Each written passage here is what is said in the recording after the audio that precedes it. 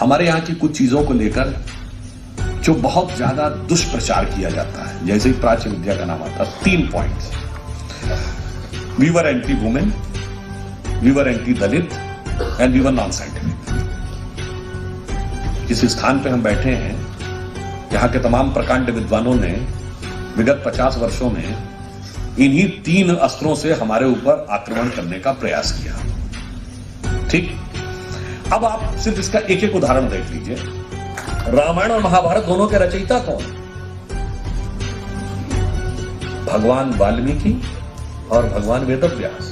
आज की परिभाषा के अनुसार दलित समाज। आज जो समाज अपने को जोड़ता है वाल्मीकि जी से, तो दलित समाज में आता है। एक बार की बात है, एक एनडीटीवी की डिबेट में हम लोग थे 3-4 साल पहले। एक जेएनयू के प्रोफेसर थे, नाम लेने का न उचित है न आवश्यक है।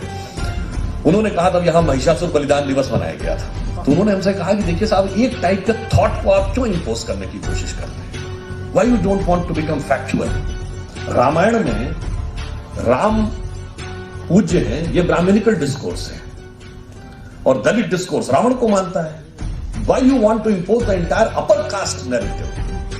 Why you want to impose that Ravan which represent the Dalit narrative he should not be accepted? मैंने उससे कहा, भगवान राम के रामायण के रचयिता महर्षि वाल्मीकि तो दलित हैं और रावण ब्राह्मण था। So the fact of the matter is Brahminical narrative is with Ravan and Dalit narrative is with Ram. जो फैक्ट है उसको ठीक उल्टा आप प्रस्तुत करने का प्रयास करते हैं ताकि समाज में लड़ाई लगाई जा सके। आप सबको बताया जाता है कि भगवान राम ने सीता को वनवास दे दिया, देखिए कितना महिलाओं के साथ अत्याचार होता था। अरे भाई, मैं पूरी विनम्रता, तो भगवान राम किसके कहने वनवास गए थे? ये कई कहने। अरे किसी महिला की इतनी शक्ति किसी संस्कृति में थी कि राजा अपना डिसीजन बदल देगा और सौतेला बेटा आपके कहने पे राजपाट छोड़ के जंगल चला जाएगा। मगर हमें हिस्ट्री में एंगल नहीं बताया गया, क्योंकि sir Vincent Smith, sir John Marshall, sir Martin Wheeler, sir Lane Poole के इतिहास में माँ बेटी तो कोई ऐसा वो नहीं है जिसमें भेद पैदा किया। कोई किसी की माँ है, कोई किसी का बेटा है, कोई किसी की बेटी है। हाँ, स्त्री पुरुष दो ऐसे वर्ग हैं जिसमें विभेद पैदा किया। कहते हैं साहब युधिष्ठिर ने द्रौपदी को जुए में हार दिया, ये क्या बात होती है? भाई, उससे पहले 5 भाइयों को जुए पे हारा। भाई, पति पत्नी का एक दूसरे पर अधिकार ज्यादा है, आपका अपने भाई बहन का अधिकार ज्यादा है बड़े होने के बाद। पर वो इशू नहीं बनाया, क्योंकि भाई तो मैं किसी का भाई हूं, ये मेरा भाई है, तो डिवीजन क्रिएट करना पॉसिबल नहीं है। उस पॉइंट पे हिट करो जहां से क्रैक डेवलप किया जा सके। इसीलिए दूसरा एंगल, कोई व्यक्ति इस पे कोई भी अन्यथा विचार रख सकता है। भगवान राम ने सीता जी को वनवास किसके कहने पे दिया? धोबी के कहने। धोबी रिप्रेजेंट करता है the person standing on the lowest pedestal of the society, king the person standing on the highest pedestal of the society, wife the most believed one. राजधर्म की मर्यादा के लिए प्रेम का परित्याग करने का उदाहरण समाज की सबसे निचली सीढ़ी पर खड़े हुए व्यक्ति की संतुष्टि के लिए ये भगवान राम ने दिया। अरे प्रेम के लिए राजधर्म को तोड़ने वाले तो Henry the 8th, Louis the 16th, Salim Anarkali, 50 उदाहरण मौजूद है। अब मैं पूछना चाहता हूं, हमारे ओरिजिनल वैदिक टेक्स्ट में 20-22 वेदों में कमेंटेटर्स महिला हैं, अपाला, लोकमुद्रा, गार्गी, मैत्रेयी। मैं चुनौती के साथ कहता हूं, दुनिया का कोई कल्चर बताए जिसके ओरिजिनल रिलीजियस टेक्स्ट में कमेंटेटर्स महिलाएं रही। गार्गी का याज्ञवल्क्य के साथ शास्त्रार्थ और मंडन मिश्र की पत्नी उभय भारती का शंकराचार्य के साथ शास्त्रार्थ। मैं चुनौती देख कहता हूं, बताइए कहीं पर रिलीजियस टेक्स्ट के ऊपर डिस्कशन करने का मौका वर्ल्ड में कहीं महिलाओं को दिया गया हुआ किसी कल्चर, धर्म, संस्कृति?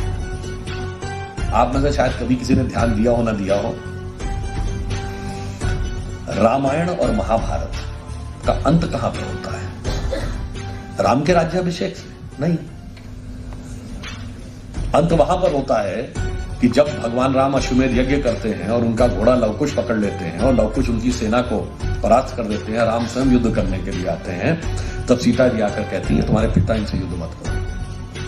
तब राम अपनी गलती के लिए पश्चाताप करते हैं और सीता जी से वापस जाने के लिए कहते हैं, परंतु सीता जी वापस नहीं जाती और धरती में समा जाती है। This is the last concluding point of Ramayan जिसमें राम पश्चाताप कर रहे हैं और सीता इसमें समाप्त। महाभारत कहां एंड होती है? कौरवों पर पांडवों की विजय से? नहीं। युधिष्ठिर के राज्याभिषेक पे? नहीं। या यादव वंश के नाश पर? नहीं।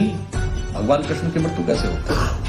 जब वो द्वारका में लेटे हैं, एक बहेलिया उनके पैर को देखकर सोचता है कि हिरन है, और तीर चला देता है, वो मर जाते हैं, तो उनकी डेथ कैसे होती है? याद करिए, गांधारी ने श्राप दिया था कि जैसे मेरे बेटे का हुई है मृत्यु, वैसी ही मृत्यु आपकी होगी। ये दोनों भगवान हैं। तो हमारे दोनों ग्रंथ रामायण महाभारत क्या बता रहे हैं? कि इनका अंत ईश्वरीय शक्तियों की आसुरी शक्तियों पर विजय के साथ नहीं, स्त्री के सतीत्व की विजय ईश्वर के ईश्वरत्व के ऊपर। इसलिए मैं अंत में ये कह के बात को समाप्त करता हूं। देखिए, सारी बातें एकदम स्पष्ट हैं। हम युवा देश है। 21वीं सदी के इस दौर में जो हमारा फंडामेंटल बेस ऑफ नॉलेज है, वही सिर्फ हमारे लिए नहीं, दुनिया के लिए भी कल्याणकारी है। क्योंकि हमने कभी किसी के ऊपर, India is the only country which never went for invasion, because our fundamental culture which was the Hindu culture which never believed in conversion.